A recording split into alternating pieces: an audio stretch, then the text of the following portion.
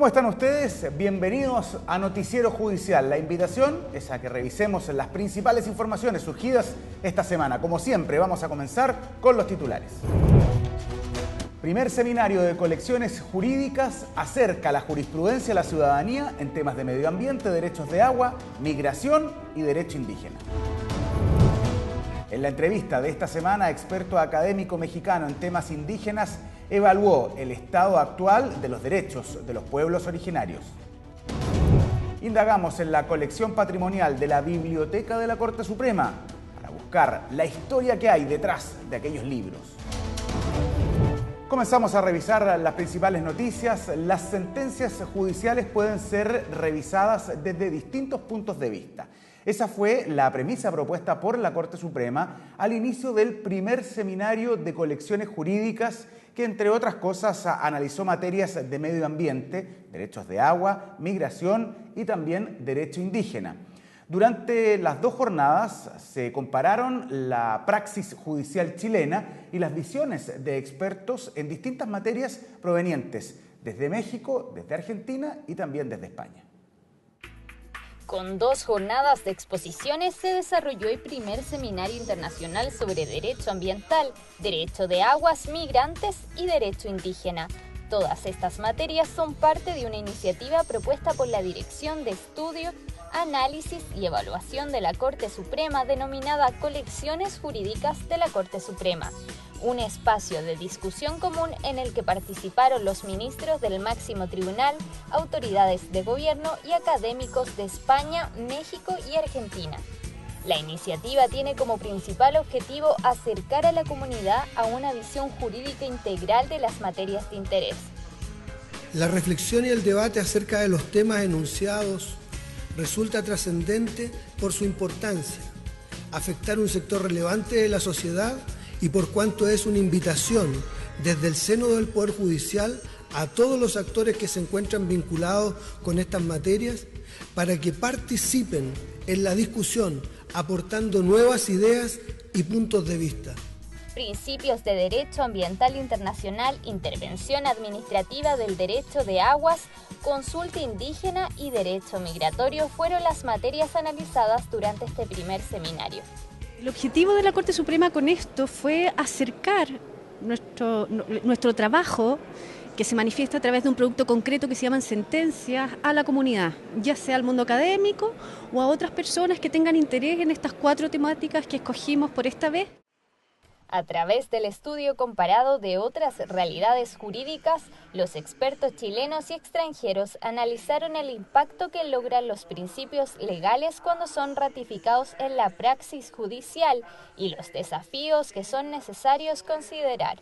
Hay una población que de algún modo ve la justicia como un elemento de protección de sus derechos. Por lo tanto, la complejidad de los problemas que en el futuro van a llegar a la justicia va a ser muy grande. En este sentido, una justicia abierta a la población, abierta a la ciudadanía, una justicia en diálogo con la gente, yo creo que es una justicia que seguramente va a hacer muchísimo mejor su trabajo. Nos encontramos en un momento de desafíos como sociedad, de ir buscando los equilibrios entre lo que es la participación de las comunidades, la ciudadanía en la toma de decisiones, por una parte, en lo que es la seguridad jurídica que buscan estas mismas comunidades. Las exposiciones de esta colección jurídica sirvieron para avanzar en el estudio del fenómeno integral de las políticas públicas y de la protección de los derechos fundamentales, y pronto estarán disponibles en una plataforma digital con el análisis sobre doctrina, legislación y comentarios de jurisprudencia. Muchos se preguntan qué es un ministro visitador. Fiscalizar y conocer también de los problemas jurisdiccionales son algunas de las funciones de estos profesionales. ¿Qué otras potestades contempla? ¿A quienes inspeccionan? Es parte de la respuesta que les entregamos en la cápsula ciudadana de esta semana. ¿Qué es un ministro visitador? Las Cortes de Apelaciones designan anualmente a uno o más de sus ministros para que actúen como ministros visitadores en los juzgados y oficios de los notarios, conservadores y archiveros que se les asignen por el plazo de un año calendario. Esto con el fin de inspeccionar y vigilar el funcionamiento de los mismos. el ministro visitador procura informarse de la conducta ministerial de los jueces de letras, notarios, secretarios y demás personas que ejercen funciones concernientes a la administración de justicia en cada territorio jurisdiccional visitado, examinando los archivos y recogiendo los datos que considere necesarios. Por otra parte, la Corte Suprema comisiona a uno de sus ministros para supervigilar los servicios judiciales de cada una de las Cortes de Apelaciones del país. El objetivo de estas visitas es lograr una vinculación más directa de la Corte Suprema con las regiones y que los ministros visitadores conozcan de forma directa a los funcionarios que en ella laboran y puedan interiorizarse en los problemas locales. El nombre del ministro visitador designado se encuentra publicado en cada una de las dependencias fiscalizadas. La construcción neoclásica del Palacio de Tribunales tiene múltiples significados. En este nuevo capítulo de Arquitectura Judicial queremos conocer la historia de la cúpula y también del vitral centenario de la justicia chilena.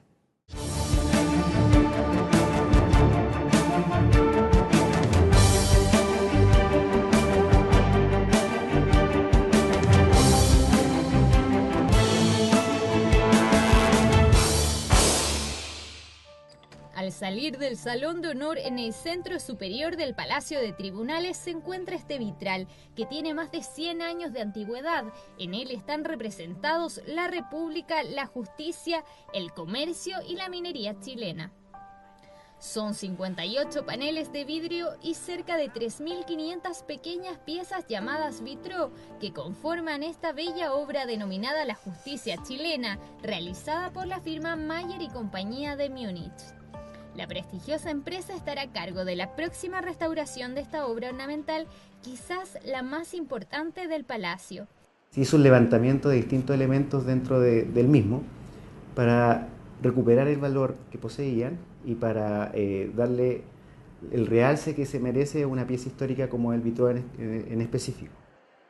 La arquitecta y guía patrimonial Pilar Barba explica el significado de esta obra. La figura central representa a la patria. Ustedes ven a esta mujer que tiene el escudo nacional en la mano, con los emblemas patrios, el cóndor y el huemul a sus pies. En 1911, la Casa Mayer propuso 2 diseños para el vitral. Los bosquejos presentados se diferencian por las distintas representaciones del derecho, el primero como un capitán español y el segundo como un guerrero griego que fue el definitivo. Este hombre simboliza el poder judicial, la justicia. Y esto es bien notable porque en general en la historia la justicia se ha representado siempre como mujer. Estos vitrales centenarios presentan un leve deterioro. Hay piezas que han perdido el color y la estructura está dañada. Es por esto que durante un año serán reparados directamente por la empresa Mayer, que hace 2 años envió un especialista a revisar y calcular los costos del trabajo a realizar. Don Walter Outmore, que es el representante de la empresa Mayer de Alemania, nos permitió de alguna forma asegurar que el vitral necesitaba ser restaurado. Dentro del presupuesto de los 162 millones incluye la restauración que va a hacer la empresa alemana, además de los trabajos que van a efectuar empresas nacionales, no solo en el vitral de la justicia, sino que también en el que está en el hall bandera. El estilo neoclásico de inspiración greco-romana con influencia francesa está de manifiesto en esta cúpula diseñada por el arquitecto francés Emilio Doyeret. Desde la cúpula están vigilando el palacio las 4 virtudes cardinales. La templanza, justicia, prudencia y fortaleza están representadas por figuras femeninas. La historia de la justicia chilena está presente en los múltiples símbolos arquitectónicos del Palacio de Tribunales, que seguiremos recorriendo en un próximo capítulo de Arquitectura Judicial. Invitado al primer seminario de colecciones jurídicas, el académico del Instituto de Investigaciones Jurídicas de México, el doctor Jorge González Galván, que es experto en derecho indígena, en entrevista con el canal del Poder Judicial, analizó la situación de los pueblos originarios en América Latina y también del real alcance que ha tenido el convenio 169 de la OIT en los países que lo han suscrito. Esta es la entrevista de esta semana en Noticiero Judicial.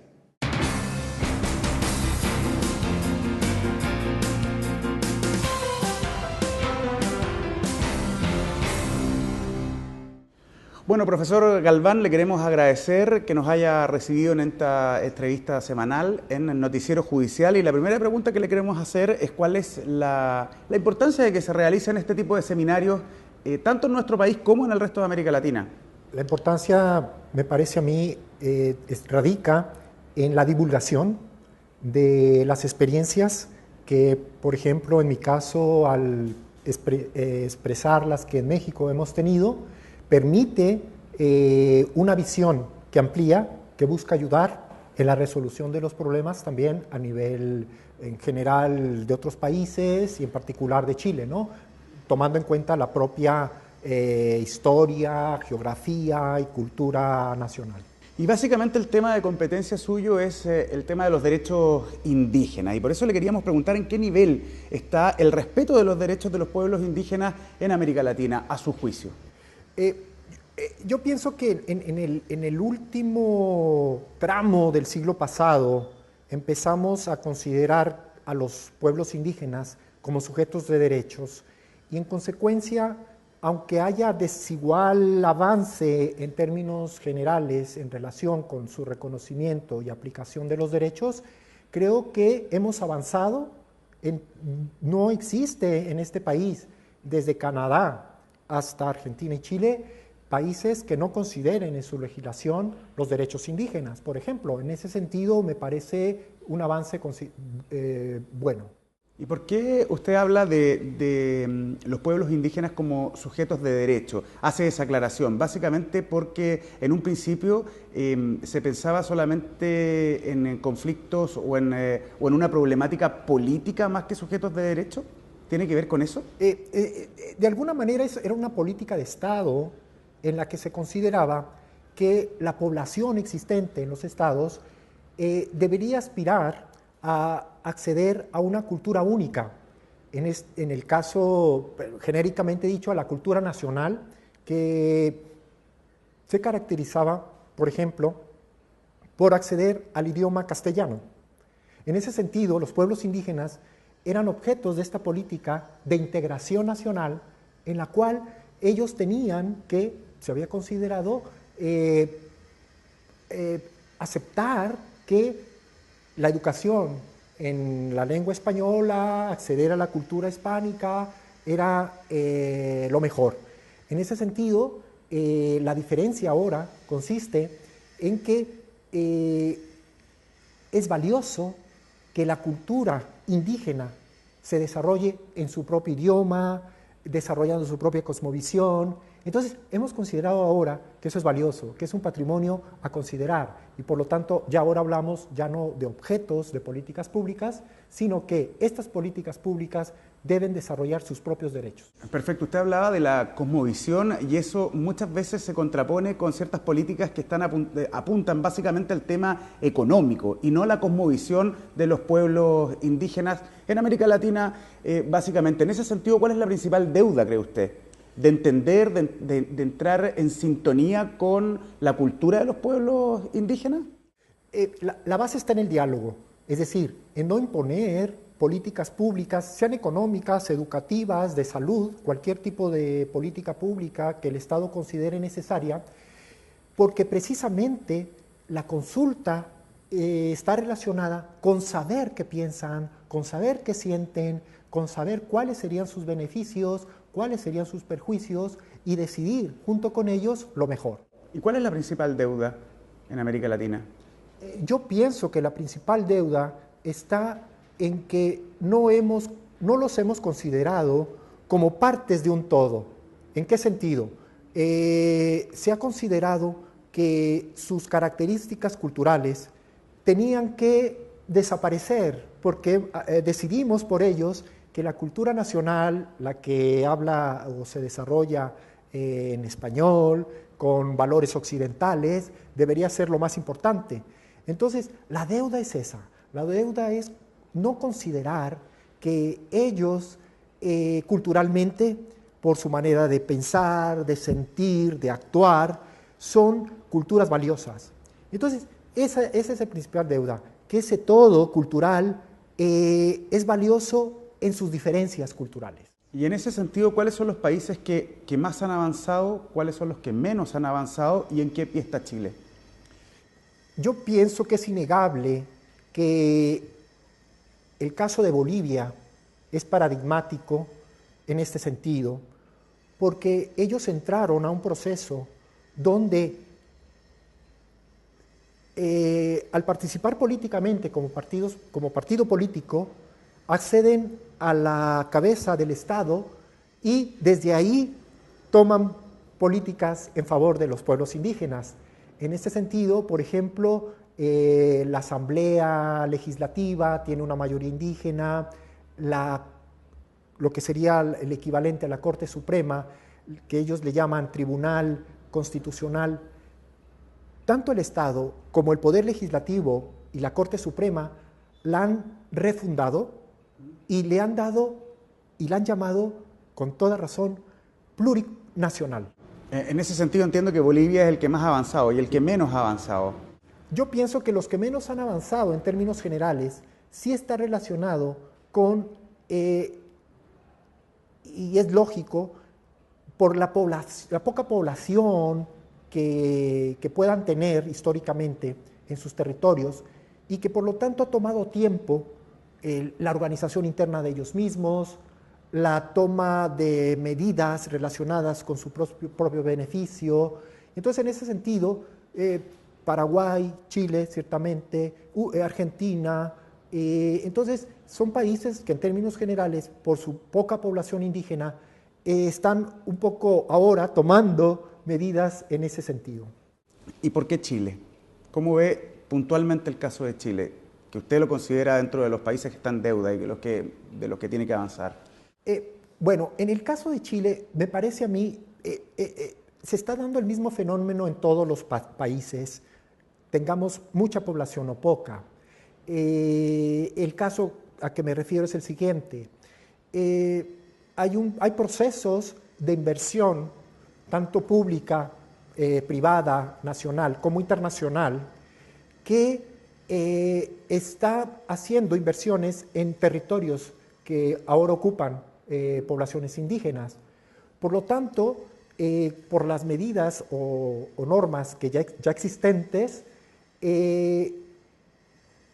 la aplicación de estas políticas públicas económicas ya no tienen o no deben de aplicarse sin tomar en cuenta a los pueblos indígenas. Entonces, ahí radica la importancia en todos los países, en que el derecho, las normas que protegen sus tierras, su cultura en general, ahora tienen que ser consideradas por el Estado, no solo por la política económica, sino por cualquier tipo de política. Y en ese sentido quizás ayuda mucho para que estas normas o cualquier reglamento y que esté en línea con el derecho indígena sea robusto. Es importante la participación de pueblos originarios, de representantes de los pueblos originarios en los parlamentos. Y eso en Chile prácticamente no ocurre. ¿Por qué razón pasa eso en Chile, cree usted, y en el resto de los países de Latinoamérica?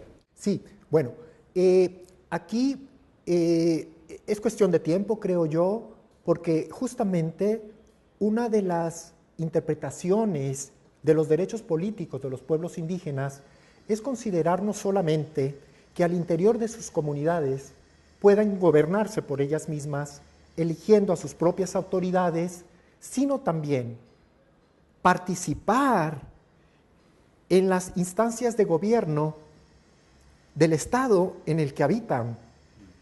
Y ciertamente ahí yo creo que, salvo el caso de Bolivia, mencionaba yo, donde la participación indígena es innegable a nivel de parlamento, en los demás países sí, y no solo en Chile, tenemos esta falta de participación política. Yo considero que obviamente se tiene que haber reformas políticas electorales para permitir que pueblos indígenas tengan representantes en los congresos o parlamentos electos por las propias comunidades.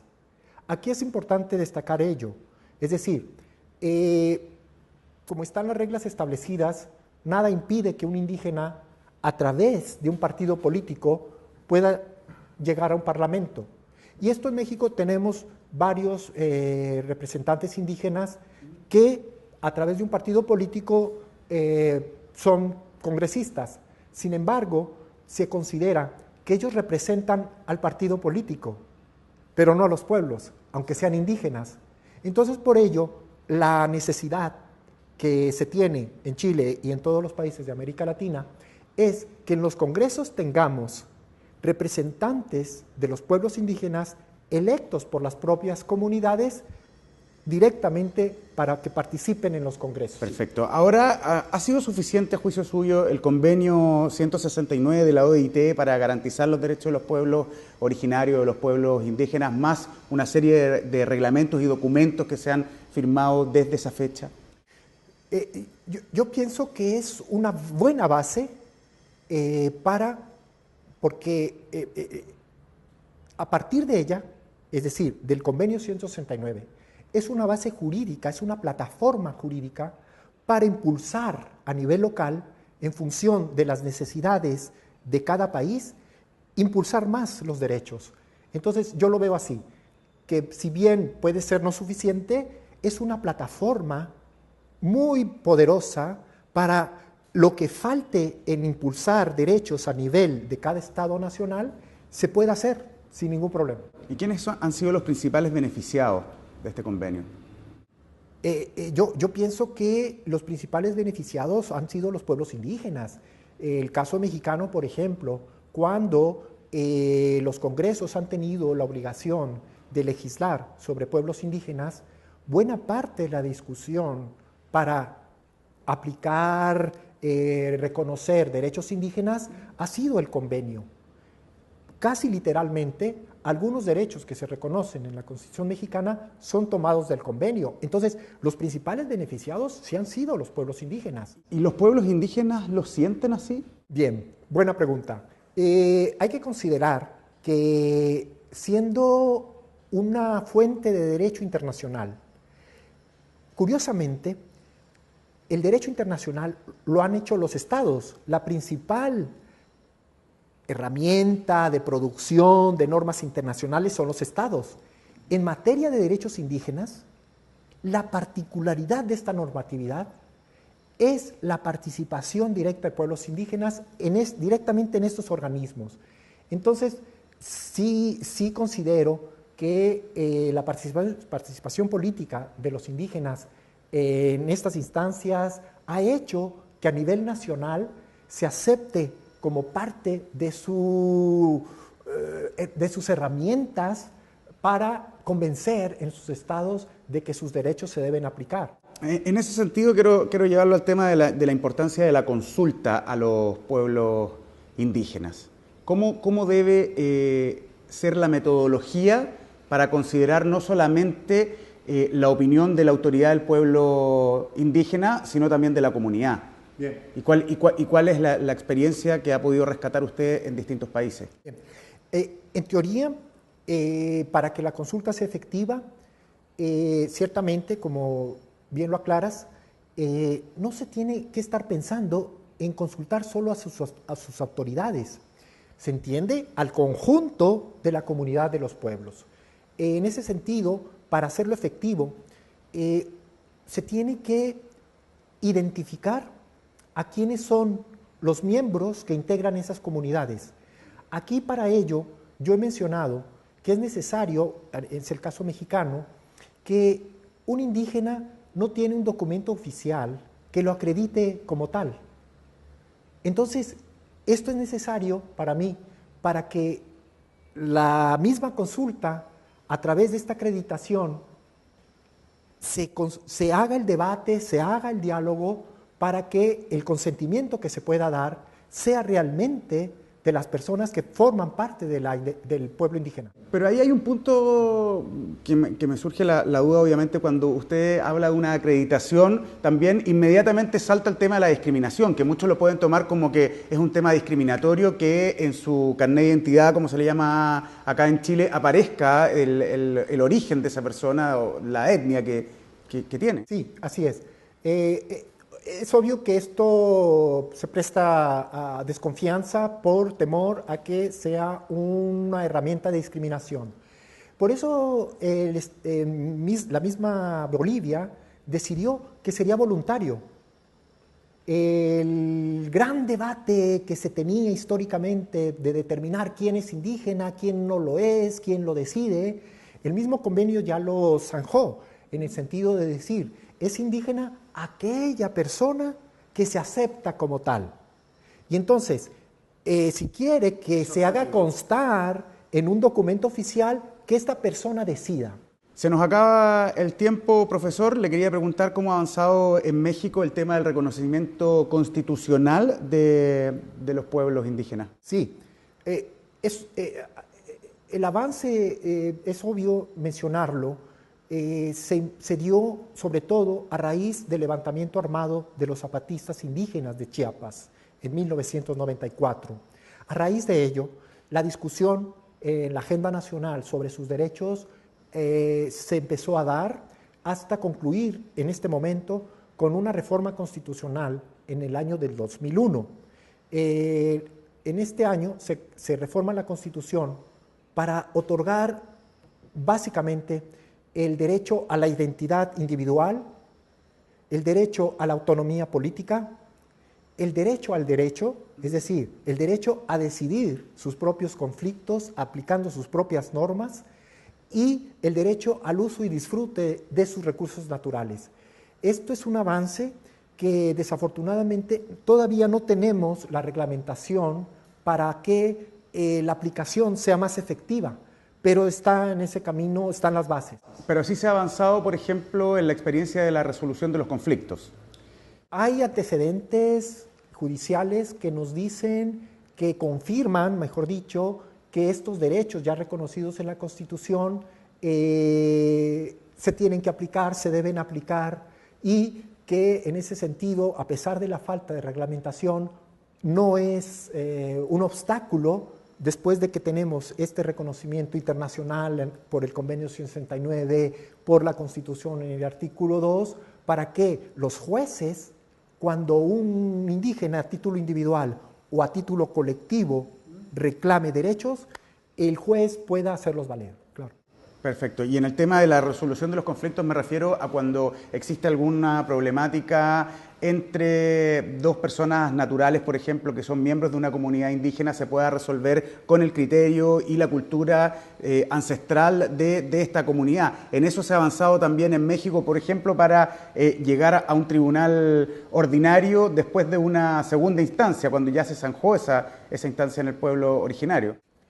Así es, definitivamente. Siempre se sabía que el sistema jurídico indígena en las comunidades existía de facto. Con la reforma constitucional hay un reconocimiento de jure, de derecho. Esto ha hecho que, digámoslo así, la aplicación interna de normas en las comunidades se dé de manera más pública, abierta y sujeta en ese mismo sentido a el escrutinio público a efecto de que no es un ese reconocimiento de los sistemas jurídicos indígenas en las comunidades no es un cheque en blanco para que violen derechos humanos de las personas al interior de las comunidades. Por eso llega a pasar que las personas, si se sienten afectadas por una decisión de un juez indígena en las comunidades, acudan a instancias fuera de las comunidades para que sus derechos sean respetados. Perfecto. Profesor Jorge González Galván, muchas gracias por recibirme. De nada, gracias a ustedes.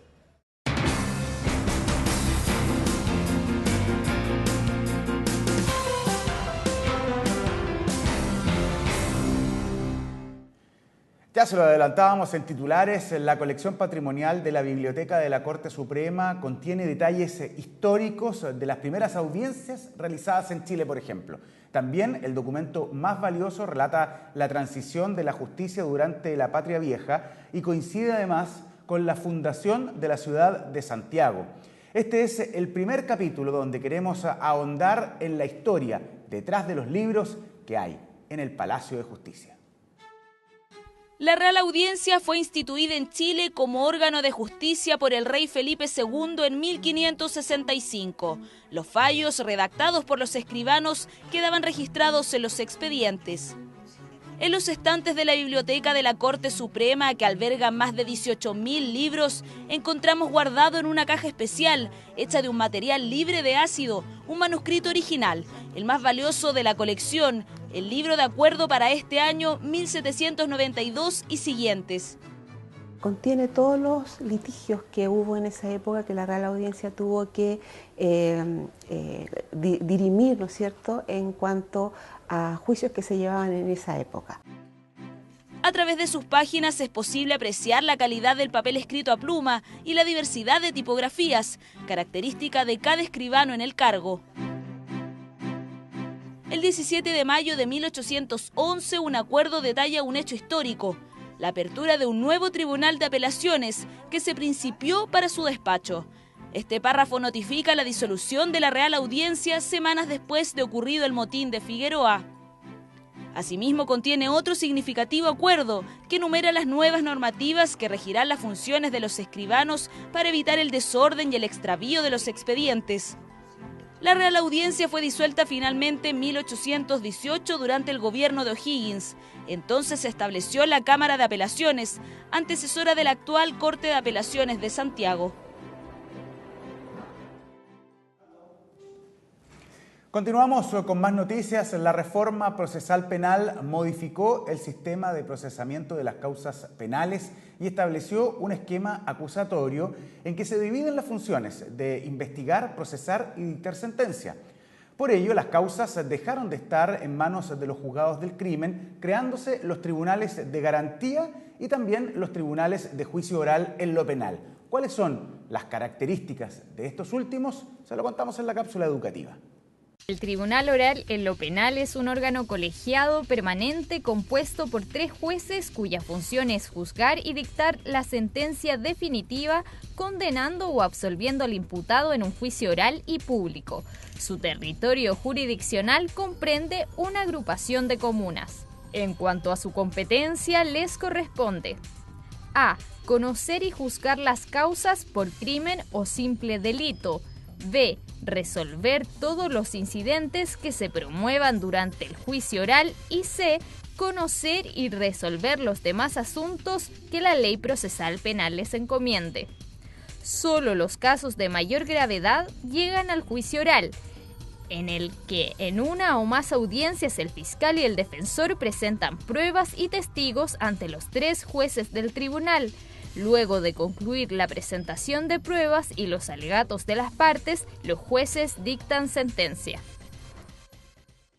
Y la siguiente información nos llega desde regiones. Cerca de 300 coristas participaron del segundo Encuentro Nacional de Coros organizado por el Poder Judicial. Una actividad que se desarrolló en Arica y que fomenta la pertenencia al Poder Judicial y también el mejoramiento de las relaciones laborales.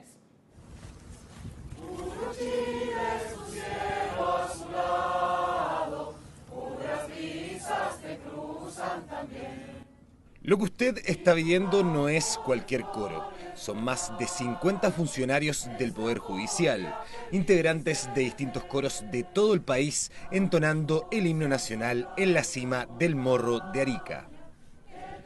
De esta manera se inició la segunda versión del Encuentro Nacional de Coros organizado por el Poder Judicial, una actividad desarrollada los días 6, 7 y 8 de noviembre en la 15ª región del país y que buscó fomentar la labor en equipo, la misma colaboración que se busca en el ambiente de trabajo en el Poder Judicial.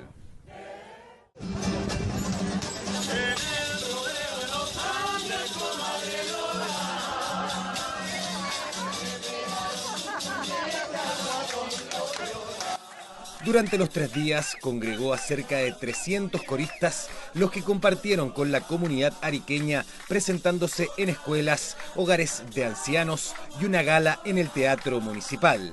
El ministro de la Corte Suprema, Carlos Aránguiz, destacó la importancia de estos encuentros para la integración del Poder Judicial con la comunidad. Son todos coros que han desarrollado un trabajo ya por lo menos 2 o 3 años, algunos más. Así que es una actividad que fue muy bien recibida en la primera región. La actividad culminó con presentaciones en la Catedral de Tacna, reflejo de la estrecha relación de esta ciudad peruana con Arica. El año 2015, el Encuentro Nacional de Coros, organizado por el Poder Judicial, será en la ciudad de Santiago. Y ahora los queremos invitar a revisar más informaciones relacionadas con fallos y noticias provenientes del Poder Judicial en el bloque de contingencia de cada semana. La ministra en visita extraordinaria de la Corte Marcial, Dobra Lusic, sometió a proceso a 2 oficiales en retiro y 3 oficiales en servicio de la Fuerza Aérea de Chile por su responsabilidad en el delito de incumplimiento de deberes militares ligado al accidente de avión Casa 212 que cayó al mar el 2 de septiembre de 2011 en el archipiélago de Juan Fernández. En fallo unánime, la tercera sala de la Corte de Apelaciones de Santiago condenó a Farmacias Ahumada S.A. por infringir la ley del consumidor al no respetar un acuerdo firmado con el CERNAC referido a la compensación económica de los clientes afectados por el caso de colusión en que estuvo involucrada. La cadena farmacéutica deberá pagar una indemnización de 600 millones de pesos y una multa de 50 unidades tributarias mensuales. La Academia Judicial celebró su aniversario número 20. Durante la ceremonia se resaltó la labor de esta institución dedicada a la formación y el perfeccionamiento de jueces, ministros de Corte de Apelaciones y funcionarios judiciales de todo el país. Además, se plantearon nuevos desafíos y se hizo un especial reconocimiento a los funcionarios que trabajan desde los primeros años en el plantel. La Corte de Apelaciones de Santiago ratificó en fallo unánime la decisión que condenó al fisco a pagar 4.500 millones de pesos a 30 exprisioneros del centro de detención de la isla Dawson. La sentencia considera que los demandantes fueron víctimas de graves violaciones a los derechos humanos, por lo que no corresponde aplicar la prescripción en sus casos, tal como lo solicitaba el Consejo de Defensa del Estado. Termina así Noticiero Judicial. Muchas gracias por acompañarnos y la invitación es a que día a día nos sigan en las diferentes plataformas web del Poder Judicial. Ahí vamos a estar entregando las últimas novedades e informaciones surgidas desde el Poder Judicial. Que estén muy bien.